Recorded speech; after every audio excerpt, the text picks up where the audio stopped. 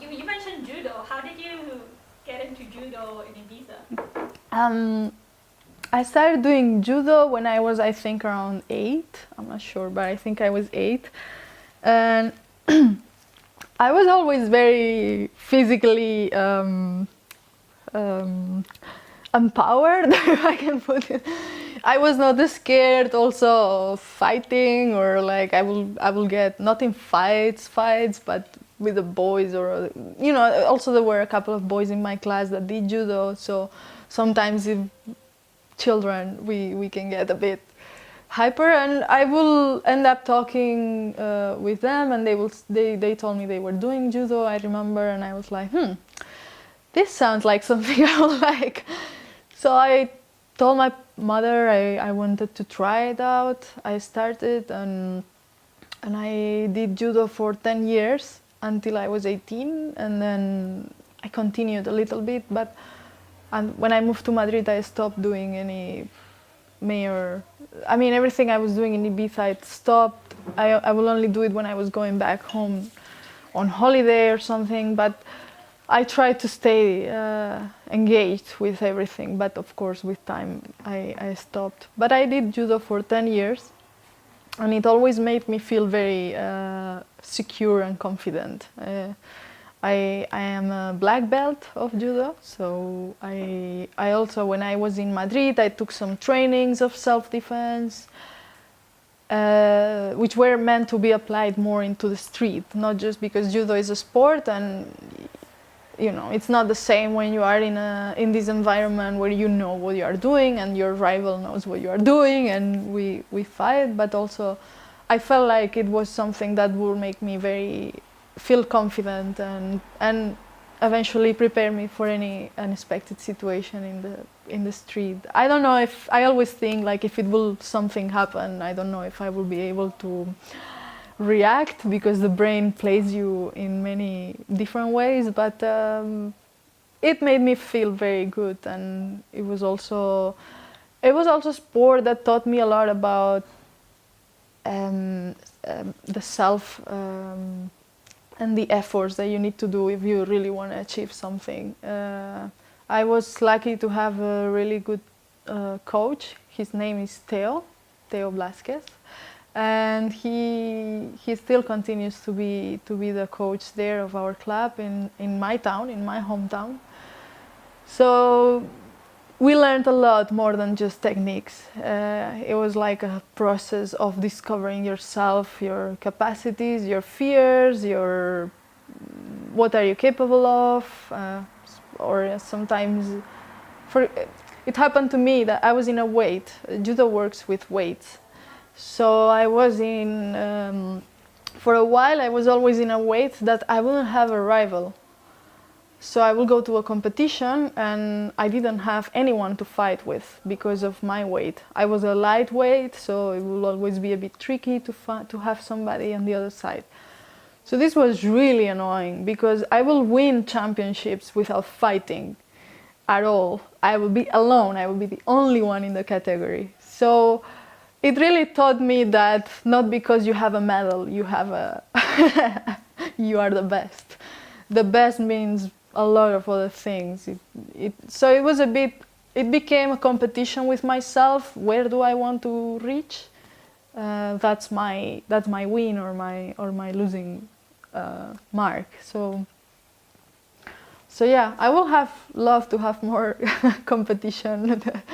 I loved it actually, and I love it now when there's more people doing the same thing I do, people who I can learn from, also people that I can work with. I think that's way more healthier than being all on your own, monopolizing the whole category for yourself.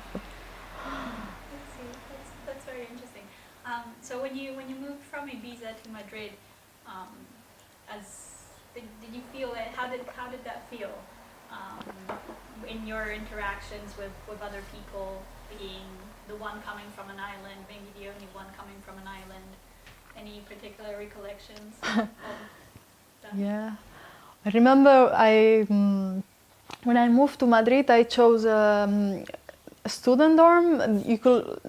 There is a tradition of students dorm in Madrid, and there are some sort of communities. They are like big communities.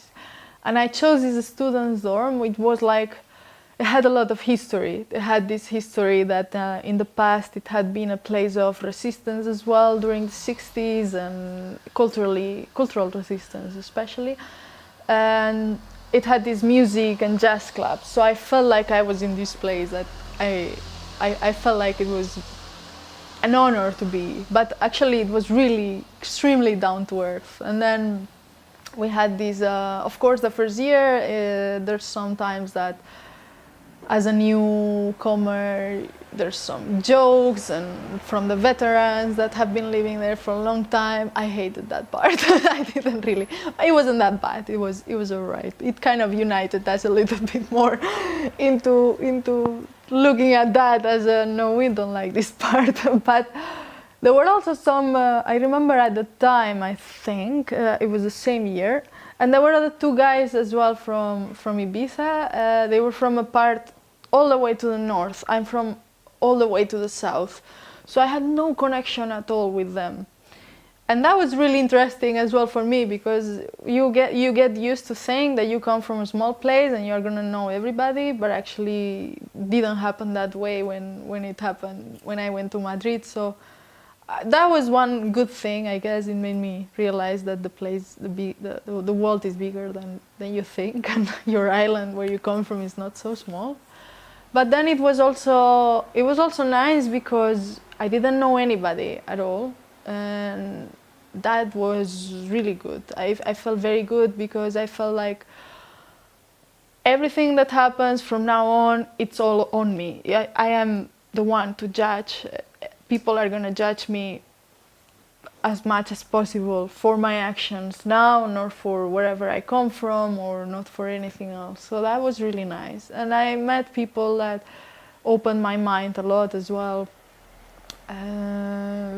It went really fast. The first year we were a group of, we usually made friendships with the people of your corridor, but then also you will there were a lot of groups of work as well. Like you could get engaged in the radio club, or you could get into sports as well, or you could get engaged into human rights group as well, doing some activities. So it was a bit like this small university clubs thing for each of the students' dorm. We were 400 people living there, so it was that was a fun community in a way. So when I was there, I also took a lot of these initiatives on, and I was lucky to see a lot of very unique concerts, because as I said, this place had a big history of cultural events taking place there. So as students, we will go in our pajamas to see a concert of the biggest flamenco singer in the country, or things like this, so, or some jazz world star or something, and we will literally go in our pajamas and see this whole thing for free. So I was really privileged to be where I was. I remember, even though it was, and it sounds like really cool, the couches were all burned from people smoking cigarettes and just destroying them.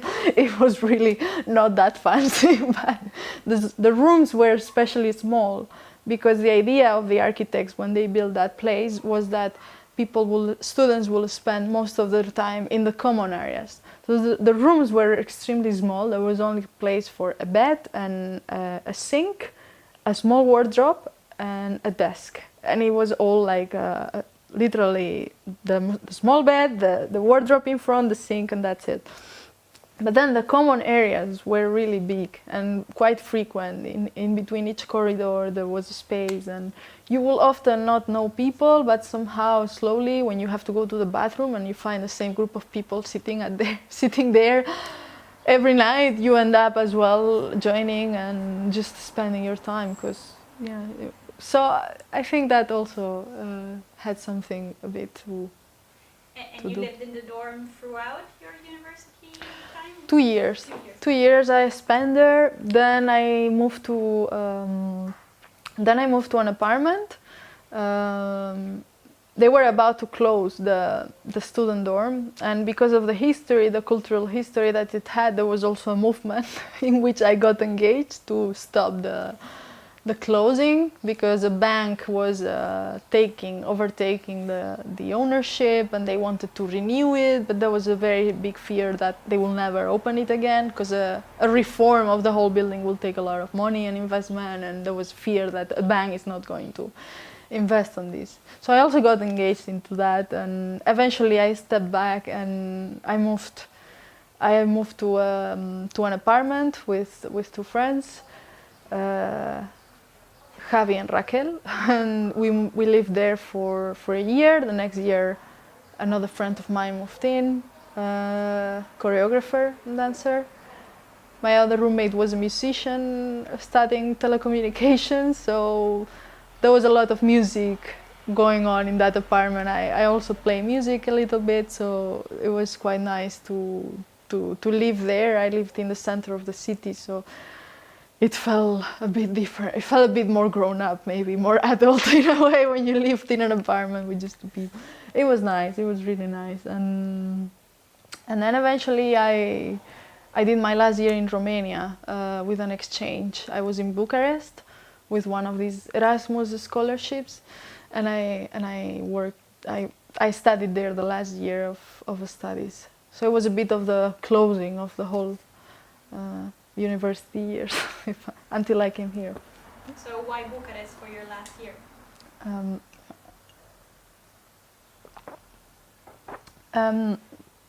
In Spain, like other countries in Europe, you have these Erasmus scholarships, and they only give you a few options. I mean, a few. There's quite a lot in Europe. I could only access those that were in English because I didn't speak French, I didn't speak German, so English was the only thing that I could work with. And there was some opportunity to go to Northern Europe because you could get schooled in English as well. I think I'm not sure if in Norway or Sweden you could go, Denmark as well, and you could also go to the UK. And then you could also, the farthest point you could go was Romania and Bulgaria. One was the University of Bucharest, and the other one was the American University of Blagoevgrad, to which many people from Pristina have actually gone, which is now funny, because that was my second option. My first option was Romania. I really wanted, after 4 years in Madrid, again I wanted to go to a new place, somehow start from zero, and I took it as a year in which I will really try to get more into journalism, and as it was the last, and it was also a bit of a bridge towards perhaps potentially working as a journalist abroad, or I wasn't sure where it will bring me. I was sure I wanted to go to a very different place where I could really learn a lot. All I knew from Romania at the time, I knew some Romanian people. One of my dad's friends, he's a plumber as well. He works in construction with him. We know him from every year. He comes to work from Romania in Spain, and he lived with his wife for many years in Ibiza as well. All I knew mostly from the people that I had around was that it had a lot of migration, which was a topic that I was really interested in as well as a journalist. So I thought that it could be a place that I could really learn from and about. And I went to Bucharest. I got the scholarship to go there for the 9 months. So it was the whole last year. And then once I was there, there were this whole protest movement happening again, which I really got as well, of course, a bit into it. And I met a lot of really good people there through this protest.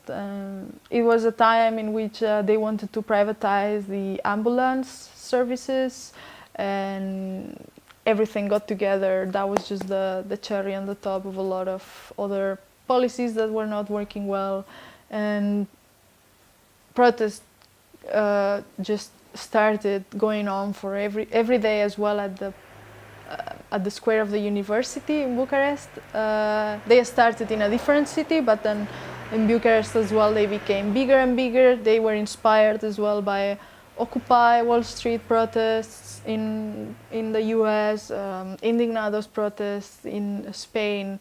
And I remember when I said that I was from Spain and that I had been in the Indignados protests, they were really interested to learn how it happened, and I just explained it. It's not like I did anything, but they took this kind of approach as well, where they sat down to think, what can we do to change things besides protesting, which was really, really good as well to witness. And I got to meet a lot of people in the resistance as well. Artists, really forward-thinking people who...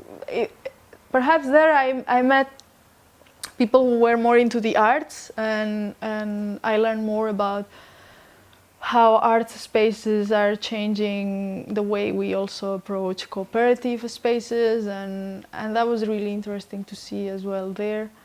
And then there is where I did the first trip on my own. I did a trip. I was really keen to travel on my own, backpacking, and I came to the Balkans because it was close, relatively close, so I could really visit different countries with a low budget, so that was good. And that's how I came to Kosovo for the first time. What are countries that you visit on the trip? I went from Belgrade from Bucharest. I went to Belgrade, then I went to Zagreb first, then I went down to Bosnia, Montenegro, Albania. I crossed through the north of Albania, and I met some people in the way, which I joined for a couple of days. I remember joining a couple of Australians and a Canadian, and because I was really interested in learning as well from other experienced travelers. My idea was that I will become a traveler for a long term, but that's all. So I joined this Canadian who was really experienced into hitchhiking. I really wanted to learn hitchhiking, not just to learn, but I felt more confident if I would go with someone who is more experienced and so on. And in Baramturi, which is in the border of Albania, we thought we might stay there. We didn't know much about the place, but the place was really small and there was nothing much there to see or to do or to sleep on. So we were just talking in the street, and I remember seeing this man and a woman approached us and just asked. They were just curious, where are you from, what are you doing here, traveling, okay, have a nice trip, everything. When a bit later we decided that we should leave the town and try to go to Pea, to the city of Pea. And we hitchhiked, and this couple stopped with a car and picked us up and drove us to Pea. And we told them, well, we're not sure, we're gonna find somewhere to stay and then go tomorrow or after tomorrow to Prishtina or something. And we stayed for a while in the city trying to find some accommodation. It was all without any guides or anything, really. No books or advice in advance. And we didn't find anything. It was a bit expensive, this hotel. And again, somehow we see this man. His name is Hassan, and his friend. And they told us, look, you can stay at our place, and tomorrow you can take the train or you can take the bus to Pristina if you want. So they invited us to spend the night at his house. And we didn't stay one night, we stayed 2 nights and 3 days. And it was a very marking way of getting to know someone in Kosovo for the first time. They were incredibly hospitable. The first night they organized a barbecue with all the neighbors. And he's from a village called Lubinic, really close to the city. It's not far, it's a few kilometers outside Pea. And they had this village suffer some massacre as well during the war, and we didn't really ask because I was always like really concerned about this issue of the war and how to approach it. I didn't want to be intrusive at all. I'm a journalist, but at the time I was a traveler and I didn't mean to intrude into your life, and because I'm a foreigner you have to open up the most painful time of your life and tell me about it. So I didn't really ask, but it came very naturally to explain us. And they showed us some books that some foreign journalists had documented these massacres and everything, and they opened up a lot about their history and about their experiences, and they were incredibly hospitable and kind. And that night we had this barbecue. The next day we had pite and all sorts of.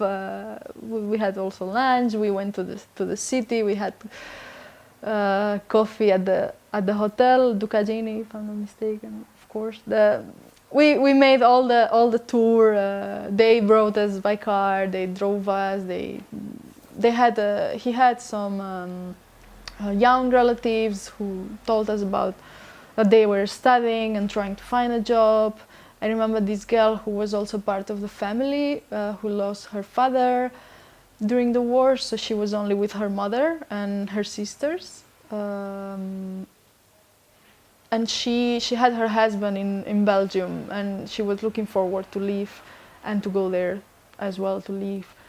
So they really opened their house, their hearts, and they told us about their lives. And soon later we felt like, okay, we've been given enough, and we left. They drove us to the city.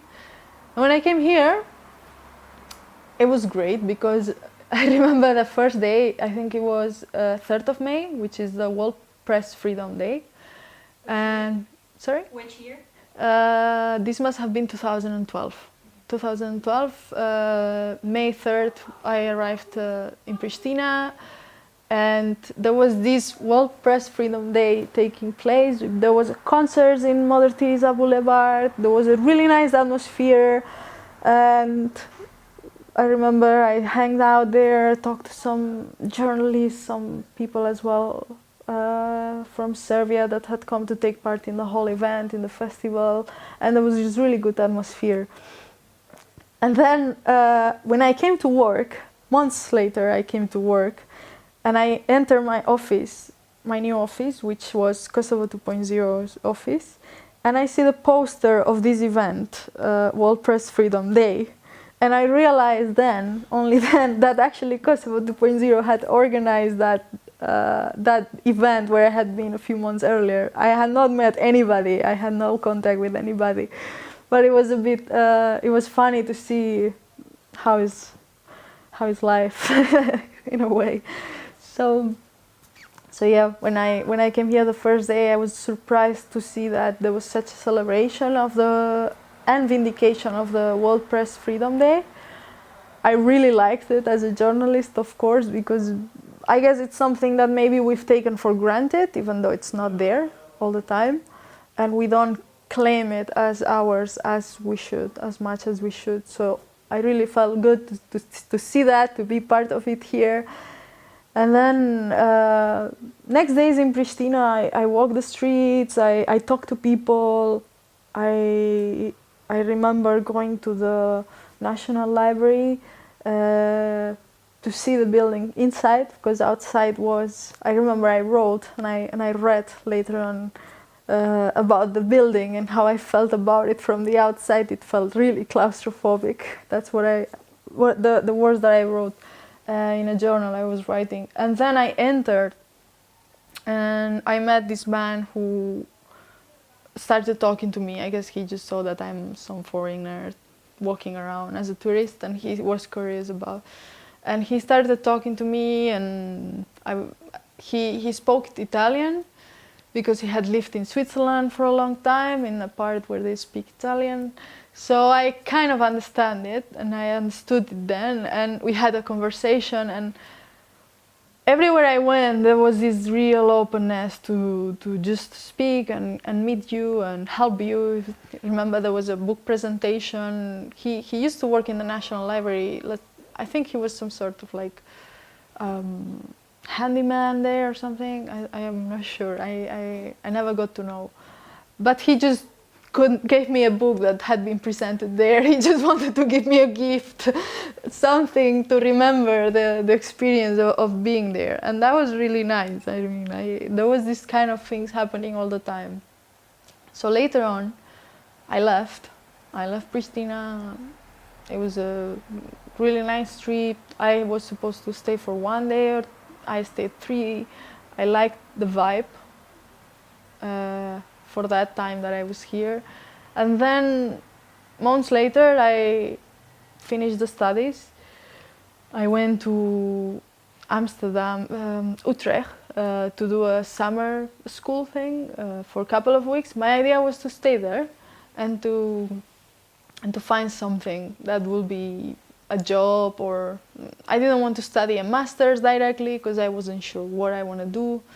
If I'm going to study again for 2 years, I want to be very sure what I'm doing, and I'm not. So I took some time. And when I was in Utrecht, I realized that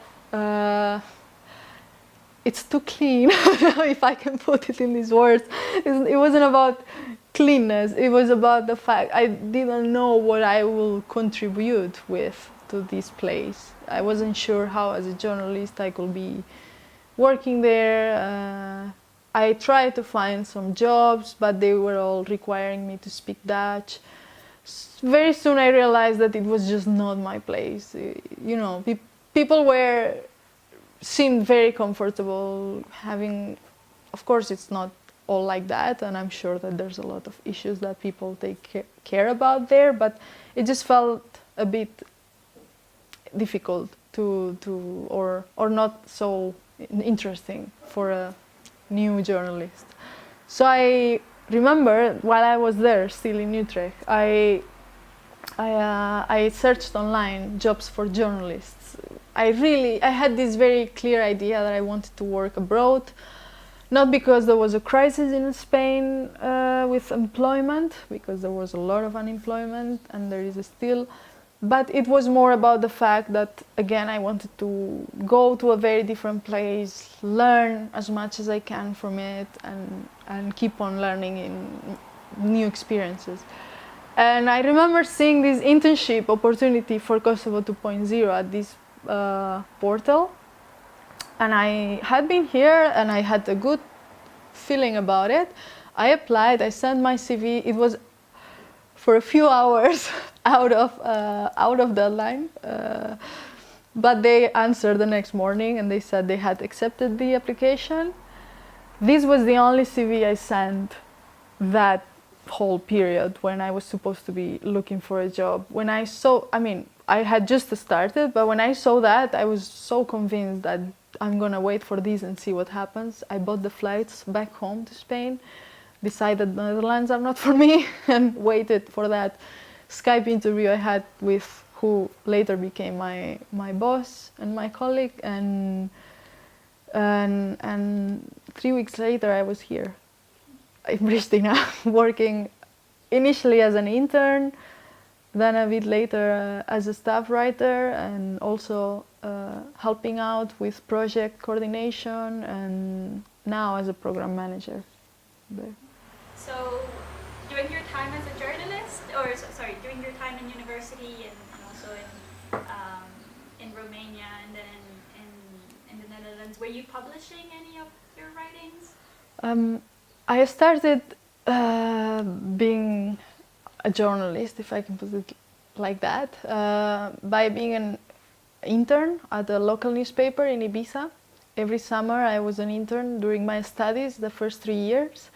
And that was a real school, because I was an intern, but I was doing the job of other journalists. This was the most read newspaper. It was the newspaper that everybody buys. In Ibiza, there's a long tradition of reading the local paper.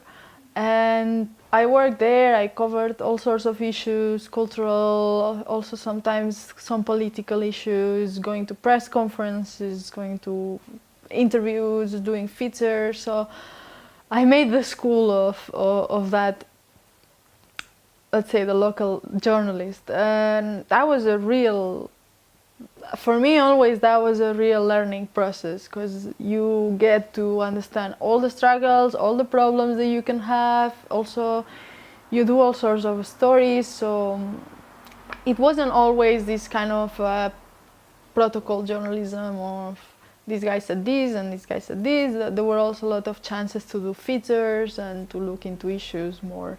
But of course, it's still a daily newspaper, and you don't have that space like in a magazine or something like that. Then when I was in Romania, I wrote a few pieces for a web portal in Spanish, for focusing on European countries. And I didn't get to publish more than that until I came here, and then I started working for Kosovo 2.0. But for me, the experience at the local newspaper, Diario de Ibiza, it was the most, you know, when sometimes you're working like replacing journalists that are on holiday. That's what interns usually often do in summer in these kind of newspapers. But it was a real learning experience, and I got to learn as well from other professional journalists who were there, from the editors. And it was hard. I mean, it's not like it was harsh, but it was very direct. There is one day to do the news. There is one day to do the whole thing, the 60, 80 pages that this paper has. So whatever you do, it has to go to print. So it was intense, and I really liked it. I really like this kind of local journalism. And then when I arrived here to Pristina and started working for Kosovo 2.0, which is a magazine, and at the time for the first time I worked in the sex edition of the magazine. So of course you had time to create a story, to research, to do interviews, and it was another really good learning experience, because you have a totally different approach. You have to embrace all the news about these issues, but go beyond, find new perspectives. And this was as well another process that filled me in another approach of journalism in a way. So that was really good. And of course, the sex edition was a big, interesting experience as well. Yeah. So can you share a little bit more about your progress at Kosovo 2.0 in terms of like your role? Mm-hmm. Yeah, I'll tell you from the beginning. And maybe some dates too, so that we... Okay. Yeah. So I started working, I perfectly remember the day I landed here. It was September the 20th of 2012. And I started working as an intern. I had finished my studies and everything, and I remember the first days I got the first assignments for the magazine. They were working on the sex edition, and it was very interesting because I was always very interested in gender issues, in feminism, in anything related to body and mind. And so to have the chance to participate in a project that is looking at sexuality and how it influences our lives as part of society, it was really, truly inspiring as well to be there, and interesting and challenging, because I had my own ideas, and then everybody had other ideas, so we put them together. I did a story about transgender people well, it was actually a story about a doctor in Belgrade who is very famous across the world for his surgeries to do sex reassignment from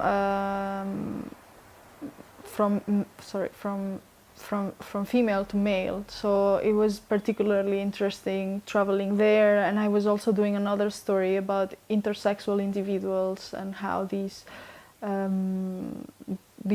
persons are affected by their sexuality and what are the ideas about it, especially here and in this context. And then I did other stories for the magazine, which were really, as a journalist, of course, encouraging that I had the chance to work on such project. Every week we had these editorial meetings, which were a totally new concept of editorial meeting for me, because I came from a newspaper, and when you come from a newspaper you have editorial meetings that last for 10 minutes, and basically everybody gets the assignment for whatever press conference they have to go and run.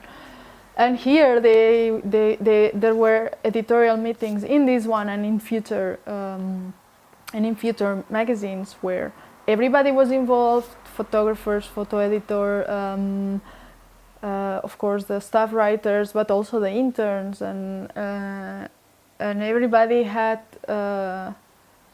well, let's say these brainstorming meetings will last for 2 hours or something, just giving ideas, trying to find new perspective. How can we speak about migration? But how can we speak about sexuality while we are embracing the issues coming out of migration, for example? So it was really, it has been always really challenging, because you are at the same time responsible for creating new narratives or for triggering new narratives and new public discussions on issues that usually have very strong public stances and narratives as well, that are very established, and you're challenging that with what you're doing. You have to do it in a way that is not gonna scare you, but it's also going to explain you and involve you into this discussion. And in the beginning I was as an intern working in the sex edition. Then this internship was supposed to end after, actually it was supposed to end after a month, but then I had the resources to stay longer, and I really wanted to stay and finish my stories. And after 3 months, I had to leave. I mean, I was supposed to leave, but 2 things happened. The first one, well, not in order, but not in order of priority, but one of them was that we published the sex edition. This came accompanied by a lot of reactions from different parts of society. When we launched the magazine, there was several groups of people who were protesting the launch of this publication, because they argued that it was degenerating the youth, and the magazine had part of its content was looking at homosexuality and masturbation and issues like these. It was looking as well at things like sexual education in public schools, or how the international community presence has also been in line with an increased prostitution, illegal prostitution, and human trafficking in a way as well. It was looking at a lot of different issues, but perhaps this one that was looking at homosexuality was more picked up by media and also by the groups that were opposing this publication. And the day we launched it, I was there, and we launched it at Bororamis, which is the Red Hall, I'm not sure. And it's a very central venue, and we had prepared a big party And we were also organizing during the day some screenings. We had the vagina monologues being screened, and also some interviews that we had done with artists, sociologists, about their perspectives on sexuality and more. And when we were finishing the preparations for the launch of the discussion that we were going to have, where we had invited an activist from Serbia and also from Kosovo, they were reading one letter to each other that they had written, which had a lot to do as well with, let's say, cross-border cooperation and much more as well than any thoughts on sexuality alone. It was very embracing a lot of different issues. Just an hour or so before that, a group of people, of thugs, came into the place, destroying everything and screaming some radical things and Allahu Akbar and some things like these, and then they left and everything was destroyed. And that was quite shocking. That was quite a reality shock, not only for me but also for my colleagues from here as well, people here, activists who were not aware of this level of homophobia, or that the level of homophobia could be manifested in such an aggressive way in a very particular moment. And this happened, but we went on with our event. The discussion took place among broken mannequins and dolls and things like this. And by the evening, around 200, 300 people had gathered in front of the venue to protest against the party that we were having in the evening, which we had a DJ invited, we had a whole venue. We expected maybe around 1,000 people coming. It was gonna be really big. And it was a mix of radicalized Islamists and also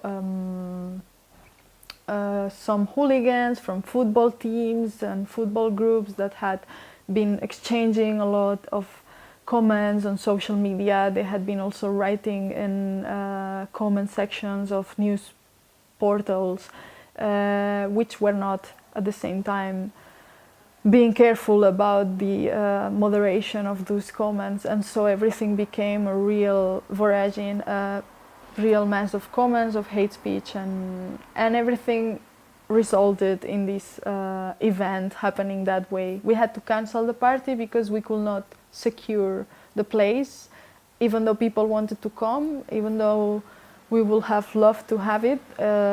Security was not guaranteed, and the police was there and everything, but it was really uncertain whether the security will be there for everybody. And based on that, the decision was taken to cancel it. The day after, of course, everything was on media, because actually we had some cameras there, we had some press there already that were doing some interviews for the event, and so everything was on camera, and it went in a huge discussion on the media as well. But it was really, at the same time, it was good that it created a lot of discussion, and even though it wasn't always the right way of discussing about issues like this, it was perhaps being discussed at a much more visible way. There was visibility of both the LGBTI community, but also there was visibility of the level of homophobia and where it can go, and actions that need to be taken became more urged. So after this happened,